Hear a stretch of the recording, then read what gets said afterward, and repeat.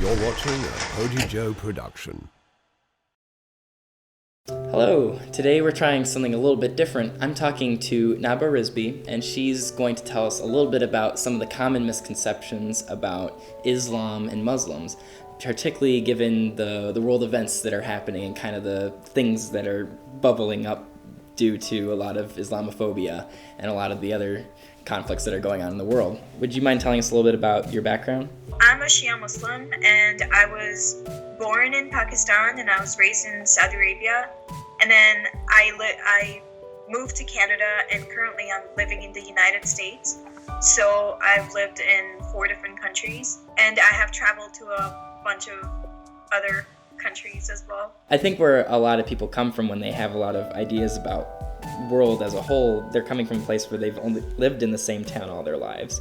So you've kind of had the experience of living in different places and understanding different cultures, right? Yes, because most of the neighborhoods that I've lived in were extremely diverse, and not just in terms of race and ethnicity, but also religion and nationality, because in Saudi I lived in a community full of expats, and also I would say class as well. I've often read that in terms of emotions that get us most willing to do things or to feel most empowered, oftentimes anger is the number one emotion, closely followed by fear.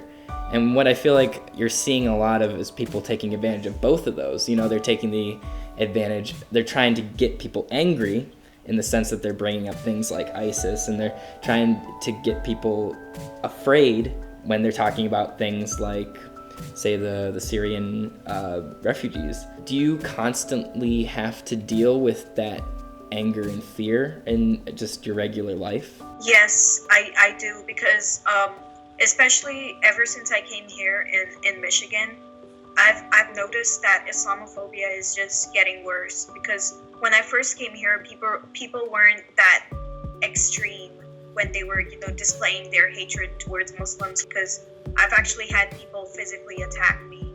Wow.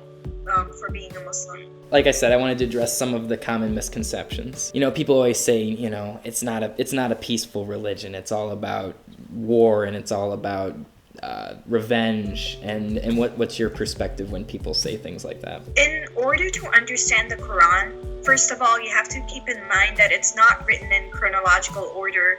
It's written in the order of the length of the surahs. So the way it's divided is that the longest surah is the first one, and then it gradually goes on, and the shortest one is at the end. In order to understand the Quran, you have to understand the historical context in which each passage was revealed, and there are copies of the Quran available that have these passages written underneath them, but most of the translations of the Quran unfortunately do not.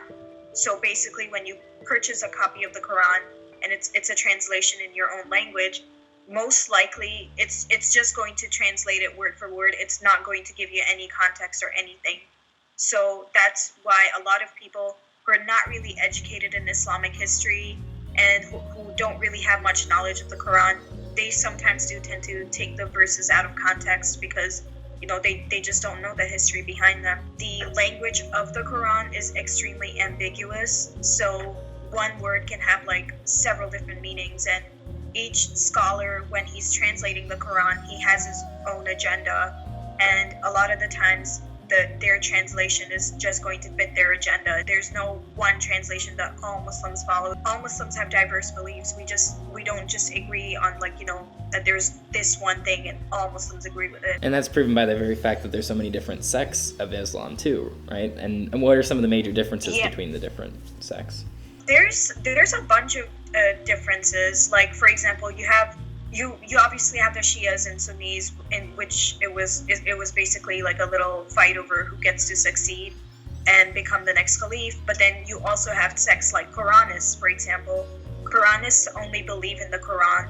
They believe that because the surahs have been passed down for so many different generations, and it's all just third person accounts of what actually happened. And then of course you have the Sufis, who are more spiritual than other Muslims. And yeah, you have the Ahmadis who believe in another prophet after Muhammad. And yeah, so there's just so many different sects. And then of course you have the new generation of like Muslim feminists and stuff, and they have their own translation of the Quran, and you know, they have their own beliefs as well. Another complaint that a lot of people have is they feel like Islam is not kind towards women. And, you know, you hear it a lot of times about how it's oppressive in some ways, or it's creating a male-dominated society. What would you say to something like that? The mainstream version of Islam usually tends to be like that, but it's because it's so politicized, and right now we are living in a patriarchal society, and it's like that all over the world. So, you know, it doesn't matter what you believe in, or, you know, what your religion is, or what your race or nationality or whatever is. You're going to most likely be living in a society where women are not equal to men. Right. So you know, when you have a religion that mixes with the politics of a nation, then, you know, it ruins the purity of the actual spiritual message of the religion itself. That's what I think, because a lot of people just want to use religion to further their own agenda, and that's what causes all these discrepancies and, like, you know, in the different beliefs. Islam gave women rights several hundred years ago that they didn't even have in the Western world. For example, Muslim women were allowed to own property. They participated in battles, they were leaders, they owned their own businesses. In fact, Muhammad's first wife was a business owner, and it was because of her money that the Islamic Empire even survived. They had the power to get divorced, which was like a huge thing back then. So it's not like Islam started off as a religion that was oppressing women. There were certain things about Islam that made it strange. For example, you know, the practice of covering your hair, that's still something that a lot of people don't understand, I feel like, because when you're covering yourself, you're basically in a way you're privatizing your sexuality. You're not suppressing it, you're just privatizing it. So you're only choosing it to share with the people who you want to share it with. So in a way, you're taking more control of it, if you get what I'm trying to say. Kind of more of like an empowering sort of gesture, right? A lot of women who do choose to cover their hair, especially if they're living in the West, do it because it's like it allows them to take pride in their own identity, because it's the best way to tell the world that, you know, I'm a Muslim, and I don't really care if that offends you, or, you know, if it upsets you, you have to accept me for who I am. There is this kind of scary undertone of where it's becoming very violent. A lot of the reaction, you know, you see people that are getting severely hurt because, again, it's that fear and that's anger that's being taught to people, and they're saying it's okay to get away with that.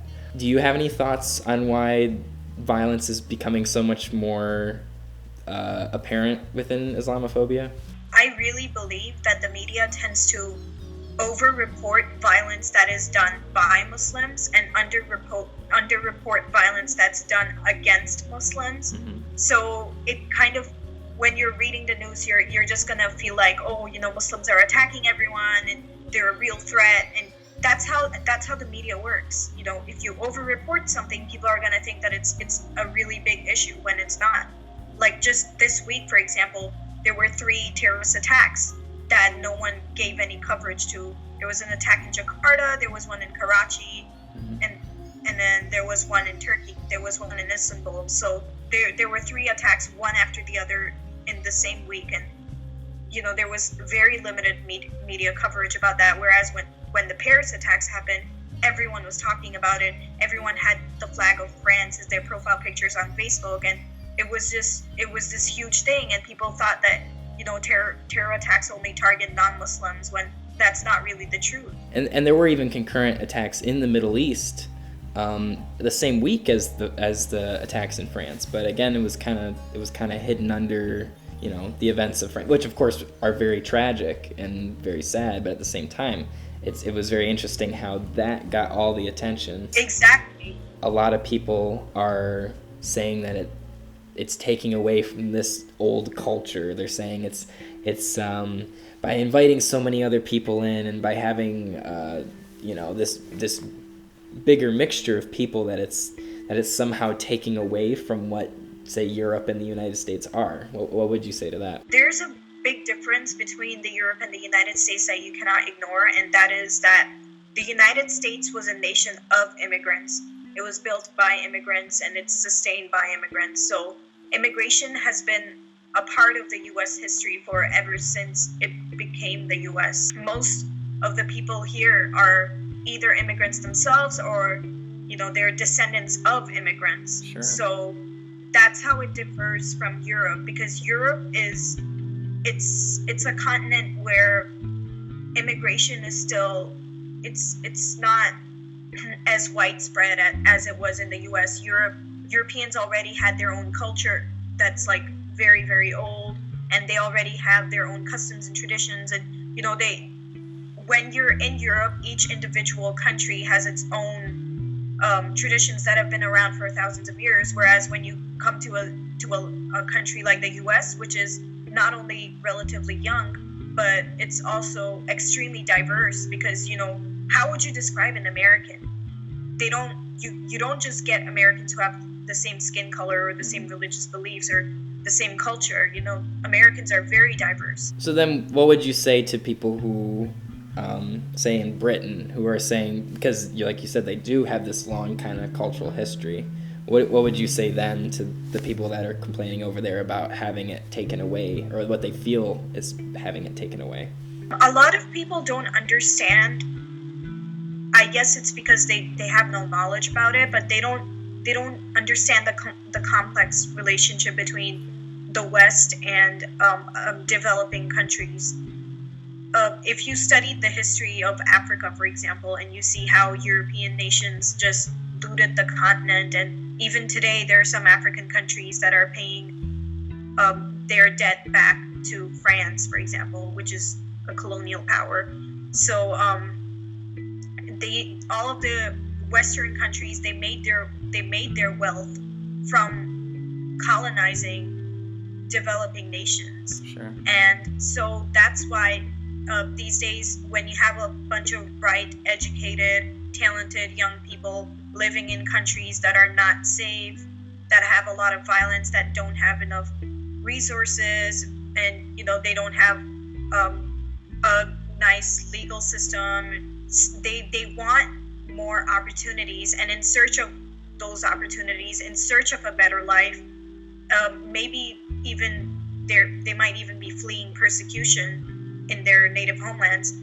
That's when they make the decision to migrate, and it's never an easy decision, because when you're immigrating to a country, you're leaving your entire life behind.